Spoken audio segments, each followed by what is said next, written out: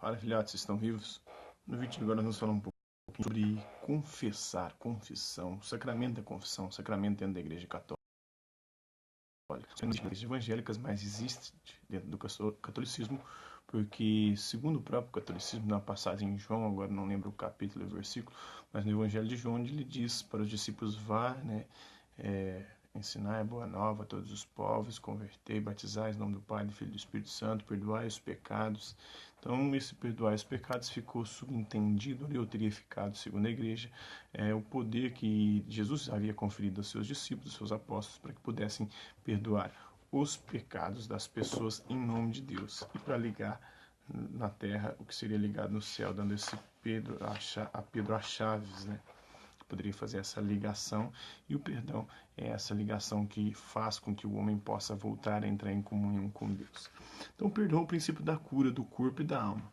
A confissão é o princípio do céu, e o prêmio é eterno. Confesse bem e se aninhe nos braços de Deus. Na apresentação, os tempos de hoje são finais, pois este mundo se esvai. Mundo que precisa e muito se reconciliar com Deus. E ele, sem dúvida, está prestes a agir para reconciliar o mundo. Então agora é tempo de construir pontos de amor, de perdão, de paz e de reconciliação. O perdão que é o princípio da cura do corpo e da alma. Sem perdão jamais haverá uma cura perfeita. Sem o perdão Deus não pode agir em nossa vida. Verdadeiramente o pecado ocupa o lugar da graça. Resultado, ela não pode entrar em uma alma cheia de pecados, com falta de amor e principalmente falta de perdão.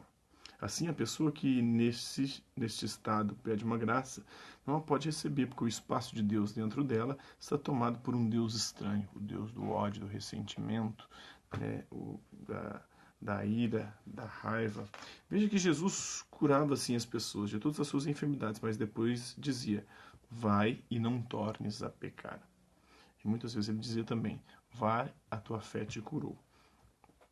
Isso já indica aí que muitas doenças são psicossomáticas, né? E que o próprio Jesus já admitia isso, mesmo que inconscientemente. Porque ele dizendo que a tua fé te curou é porque a nossa mente tem um poder de curar, assim como também tem um poder de nos fazer adoecer. Isso indica que o pecado é a causa única de todos os males que afligem o homem. E o pecado somente se apaga com o perdão, porque o perdão está na essência do amor. E Deus é amor em plenitude, ele não está onde está o pecado. O mundo de hoje está doente, morrendo por falta de perdão, dos homens e de Deus. Dos homens se pede perdão diretamente, um ao outro, num ato sublime de amor. Sem isto feito antes, Deus também nos perdoa. De Deus nós pedimos perdão através do sacerdote, isto é, isso se faz pelo maravilhoso sacramento da reconciliação, que é a confissão. Não existe confissão direta com Deus. Quem assim fala é protestante, age com arrogância, com falta de amor e de obediência para com Deus e com a sua igreja, a igreja que ele deixou, né, colocando sobre Pedro, que seria o primeiro papa, o primeiro líder da igreja, e assim edificando a sua eclésia, o seu grupo de seguidores. Peca então 3 vezes, e peca mais ainda se julgar que o sacerdote é apenas um homem e maior pecador que ele. Isso é orgulho, que faz afastar-se de Deus. Ele abomina os orgulhosos. De fato, muitas pessoas se julgam grandes quando acumulam títulos, entretanto a verdadeira grandeza do homem está em saber perdoar. A maior grandeza ainda está em ter a humildade de pedir perdão. Deus se inclina para os humildes que lhe pedem perdão. Um perdão, como já disse, que só se obtém dele através do sacramento da confissão e do seu ministro ordenado, que seria o padre ou o bispo. É assombroso ainda o número de católicos que não sabem se confessar bem. Isso porque desconhecem o que é ou não é pecado. Também não sabem distinguir se é pecado leve ou grave, venial ou mortal, e tampouco sabem o que contar ao sacerdote. Há uma confusão geral nesse sentido. Devido a isso, são inumeráveis as confissões mal feitas, onde nem deveria haver absolvição, quando não são sacrílegas. Muitas pessoas vão até o confessionário, mas vão lá contar os pecados dos outros. Vão lá contar intimidades de casamento, vão fazer fofocas, intrigas, um deplorável ato de desrespeito a este precioso sacramento. O penitente deve se confessar, não ir lá acusar. E acusar não é humilhar-se, é fazer-se de juiz. Ora, Deus jamais irá perdoar pessoas assim. Neste pequeno livro trazemos algumas instruções sobre este sacramento, juntadas de muitos livros e da experiência pessoal. Elas ajudarão muito a todos aqueles que, de forma humilde, contrita e amorosa, estiverem dispostos a cair aos pés de um sacerdote para se confessar e, através dele, pedir a Deus o perdão de suas faltas. Sim, e antes aos irmãos com quem se pecou. É tempo de construir pontos de perdão, de tampar os abismos de ódio. Somente uma boa confissão consegue nivelar e asfaltar a estrada que conduz ao céu. A confissão derruba as torres do orgulho e aclara nossas escuridões.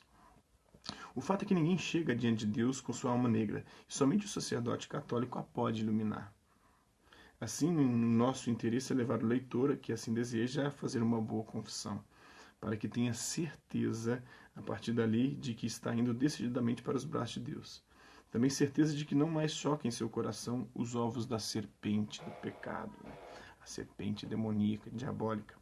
Enfim, nas famosas confissões a São Bernardo, quando Lúcifer foi obrigado por Deus a conceder-lhe uma entrevista e a falar a verdade, quando o santo lhe perguntou qual a coisa que mais lhe tirava almas das garras, ele respondeu: é a confissão. Completou dizendo: nós odiamos a confissão. Agora você já sabe para quem trabalha aquele que não quer a confissão e que diz que o pecado não existe. Reze por estes. Vamos então aprender um pouco sobre este maravilhoso sacramento que salva, que é sem dúvida o mais precioso bálsamo para a nossa alma. Então, o que é pecado? Isso é da Associação Maria Rosa Mística, né, essa obra. O que é o pecado? Milhões de católicos já não sabem mais o que é pecado. E temos, para a infelicidade nossa, até sacerdotes ensinando erradamente que pecado não existe. Inferno, demônios e castigo, tão pouco. E a doutrina da Igreja nunca mudou quanto a isso. Ocorre que o maligno trabalha furioso para que os católicos ignorem essas realidades. Sim, o pecado existe, é uma falta gravíssima dar atestado contra ele. Porque isso é fazer de Jesus um mentiroso, já que ele falou no pecado e os perdoava. Já que ele falou por 19 vezes no demônio e no inferno, sinal de que eles existem sim. E são terríveis. O pecado é algo que nos deixa mal, que muitas vezes, sem percebermos, transtorna toda a nossa vida. Uma pessoa cheia de pecados vai aos poucos se tornando insuportável e causa angústia a ficar perto dela. Ela própria vive angustiada, depressiva e estressada, fica agressiva, porque ela está contaminada pelas forças do mal. Muitos há que acham estar com depressão, quando na verdade precisam de confissão. O que é o pecado? O pecado, leve ou grave, é sempre uma ofensa contra Deus. E quem está contra Deus facilmente se coloca contra o mundo e nada mais dá certo em sua vida. Ninguém pode ser feliz distante de Deus e mente quem diz o contrário. E quem está em pecado grave nunca está perto dele. E nunca será de fato feliz. Examine agora ao seu redor, meu irmão, minha irmã. Sua vida é feliz? Você vive em paz? Reza ou faz orações unida? Certamente a resposta é não. Agora pergunte, quanto tempo faz que cada um destes familiares já não se confessam mais? Onde se acumula o pecado, morre aos poucos a graça. As famílias estão em guerra hoje por falta de perdão e de confissão. Vejam, o pecado é sempre também contra o irmão, contra alguém. Se você rouba, é sempre de outra pessoa. São 10 mandamentos, 3 é direcionados para Deus e 7 para a nossa relação com os outros. Os primeiros é amar Deus sobre todas as coisas, guardar o sábado, que é o dia de Deus, e não usar o nome de Deus em vão. O outro é honrar pai e mãe, que é próximo, não matar, que é o próximo, não roubar o próximo, não cometer adultério, ou seja, não trair os outros, não mentir, não levantar falso testemunho, não pecar contra a castidade, que é ferir o outro na sua sexualidade, não levantar falso testemunho. Agora, honrar pai e mãe, o quarto. Quinto, não matar, não roubar, não pecar contra a castidade, não levantar falso testemunho, não desejar a mulher do próximo, não desejar as coisas alheias. Tá? Todos esses relacionados ao próximo, né? Se você mente é para alguém. Se você cria intrigas que prejudica a uma ou mais pessoas, é sempre alguém que você está ofendendo, né? E sempre que você peca, fere um dos 10 mandamentos da lei de Deus, ou 5 mandamentos da igreja. Peca então contra Deus e contra a igreja, que somos todos nós. Tem os mandamentos da igreja também, né? Agora eu esqueci, frequentar as missas, confessar-se pelo menos uma vez por ano, jejuar às quartas e sextas, acho que depois mudou isso aí. São 3, agora eu não lembro dos outros, né? Comungar, pelo menos uma vez, enfim, é mais ou menos isso. Agora não lembro Eu sei que os 7 pecados capitais também são referidos aos outros, né? Soberba é se achar melhor com os outros, soberba, avareza é querer tudo para si, não dividir com os outros, avareza, luxúria é viver uma vida sexual desregrada, usando o outro como objeto sexual, luxúria, soberba, avareza, luxúria, ira, quando você fica revoltado, ódio e briga com os outros, gula, quando você come tudo não deixa, não reparte com os outros, inveja, dos outros, e preguiça quando você não ajuda, não trabalha para ajudar os outros. Então todos os pecados de alguma maneira estão relacionados ao seu comportamento, a sua relação com os outros. Então tem os 5 da igreja, peca então contra Deus e contra a igreja, que somos todos nós.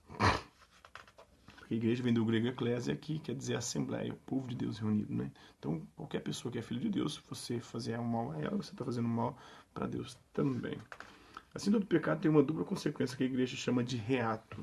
Pelo reato, você entende que não basta pedir perdão para Deus, há que pedir perdão também para o irmão. Aliás, antes de buscar o sacerdote, é preciso procurar a quem foi ofendido. Se você roubou, deve reparar o dano, devolvendo antes o produto do roubo. Se você mentiu ou fez fofoca, deve antes pedir desculpa a quem foi atingido e declarar-se arrependido disso. Jesus diz, vai primeiro reconciliar-te com o teu irmão e só depois procura a Deus.